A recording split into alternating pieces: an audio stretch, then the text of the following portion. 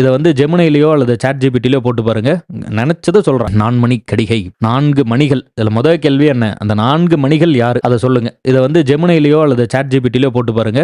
நினைச்சதை சொல்றேன். இந்த ஜெமினி சாட் ஜிபிடி பொறுத்த வரைக்கும் என்ன பிரச்சனைனா, தெரியலன்னு சொல்லிட்டானா பிரச்சனை இல்லை. அவன் பாட்டுக்கு டைமண்டுங்கிறான், எதையோ சொல்றான். அவன் பாட்டுக்கு இஷ்டத்துக்கு அந்த 4 மணிகள் என்ன அப்படின்னு எழுதி ஜெமினி இந்த 4 மணிகள் என்னையா அப்படின்னு கேட்டு பாருங்களேன். இந்த கூகுள் சாட் ஜிபிடிலாம் இருக்காங்கல்ல, அதுல போட்டு பாருங்க. 4 மணி கடிகையில் 4 மணினா என்னன்னு போட்டிங்கன்னா 4 மணி அப்படின்னா 4 PM இல்லைனா 4 AM கூட சொல்லுவான். அந்த அளவுக்கு வந்து தூள் கிளப்புறாங்க. பார்த்து வச்சுக்கோங்க. முன்னாடி கேட்டிருந்த கேள்விக்கெல்லாம் பதில் சொல்றீங்க கரெக்ட். விச்சை அப்படின்னா கல்வி. அது போல அதிகாரம் கேட்டிருந்த 40, 13, 24, 3. அறம் பொருள் இன்பம். அறம் 13. வேற என்ன கேட்டிருந்த? பகடுன்னா எருமை. அது போல அவ்வளவுதான். சரி, 4 மணி கடிகையில் 4 மணிகள் என்ன? அதுதான் அடுத்த கேள்வி. அதை சொல்லிவிடுங்க. ஆசிரியர் பேர் சொல்லுங்க. ஆசிரியர் பேர் சொல்லட்டுமா? சரி, விளம்பிங்கிறது ஊர் பேரு. அது போல இயற்பெயர் வந்து நாகனார். இது சொல்லி இருக்கலாம். அப்ப ஆசிரியர் பேர் என்னது? விளம்பி நாகனார். இதுல விளம்பிங்கிறது ஊர் பேரு, அது போல வந்து நாகனார் அப்படிங்கிறது இயற்பெயர். 106 பாடல்கள் மொத்தமா இருக்கு 4 மணி கடிகையில. இந்த நம்பர்ஸ் பார்க்க ஈஸியா தெரியும். இப்ப நாலடியார் அப்படின்னா 400 பாட்டு, புறநானூறுல 400 பாட்டு, இந்த மாதிரி கொஞ்சம் படிச்சிருவீங்க.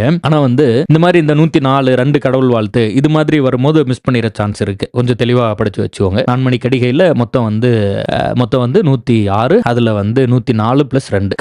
காலம் ட்ரை பண்ணுங்க. எது? 4 மணி கடிகையோட காலம். சங்கம் மருவிய காலம்னு சொல்லாதீங்க. பர்டிகுலரா காலம் என்னன்னு சொல்லுங்க. இப்ப நம்ம 14 கீழ்கணக்கு நூல்கள் எல்லாம் சங்கம் மருவிய காலம்னு பார்த்தோம்ல, அதனால காலம் தானே. இப்ப பாரு, சங்கம் மருவிய காலம் அப்படின்னு பதில் சொல்லுங்க. அடி வாங்க போறீங்க. சரி, அடுத்தது வைணவம். எது? சமயம். எந்த சமயம் பத்தி பாடியிருக்காங்களோ அதை பொறுத்து நம்ம சமயத்தை வந்து டிசைட் பண்றோம். பாவகை என்ன? வெண்பா. வெண்பாவுக்கான அந்த இலக்கியத்துல இருக்கு. 4 மணி கடிகை 14 கீழ்கணக்கு நூல்களுள் ஒன்று. மெயின்ஸ் ஆன்சர் கீ மாதிரி இருக்கா இல்லையா? மேல வந்து 14 கீழ்கணக்கு நூல்கள் படிச்சுட்டு மறுபடியும் இங்க வந்து 4 மணி கடிகை 14 கீழ்கணக்கு நூல்களுள் ஒன்று அப்படின்னு படிக்கிறது. கடிகை என்றால் என்ன அப்படின்னு இதற்கும் பதில் சொல்லுங்க. ஏற்கனவே ஒரு கேள்வி கேட்டிருந்தேன், அதற்கு நான் பதில் சொல்றேன். 4 மணிகளை அணிகலன், அதாவது 4 மணிகள் கொண்ட அணிகலன் என்பது இதன் பொருள். ஒவ்வொரு பாடலும் 4 மணிகள் போன்ற அறக்கருத்துக்களை கூறுவதால் இது 4 மணி கடிகை என்று பொருள்பட்டது.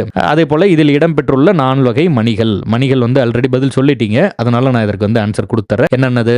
முத்து, பவளம், மரகதம், மாணிக்கம். முத்து, பவளம், மரகதம், மாணிக்கம். எல்லாருமே பதில் சொல்லிருக்கீங்க. புதுசா படிக்கிறவங்க அதை மைண்ட்ல போட்டு வச்சுக்கோங்க. ஞாபகம், கவனம். முத்து, பவளம், மரகதம், மாணிக்கம். இந்த கடிகைன்னு ஒண்ணு கேட்டோம்ல, அதுல பாருங்க.